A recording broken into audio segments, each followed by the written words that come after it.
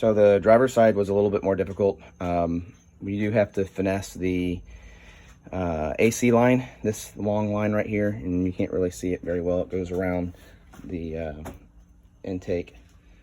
And what I had to do to finesse this enough was I had to remove this bracket right here, take it completely off the car, and then I had to very gingerly bend the AC line out to really kind of pull it out another maybe inch and a half to make it go all the way around.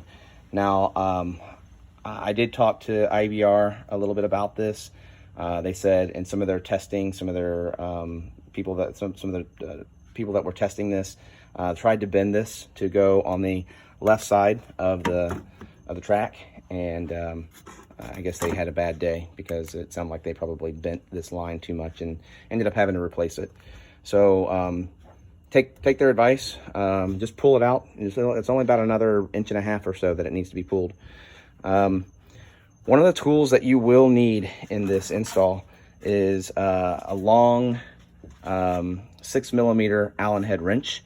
Getting to that bolt down there is very difficult. Even though you can see it, you can't put any hands on it, and you can't really get a shorter Allen wrench on it. So do get a very long Allen wrench for that one. That's really probably the only special tool that I needed to do this install was a long Allen wrench to make this work. But otherwise, looking forward to getting the intake manifold on and starting her up for the first time. I'll take some more pictures of the back of the manifold after I get it put on with the vacuum line hooked up.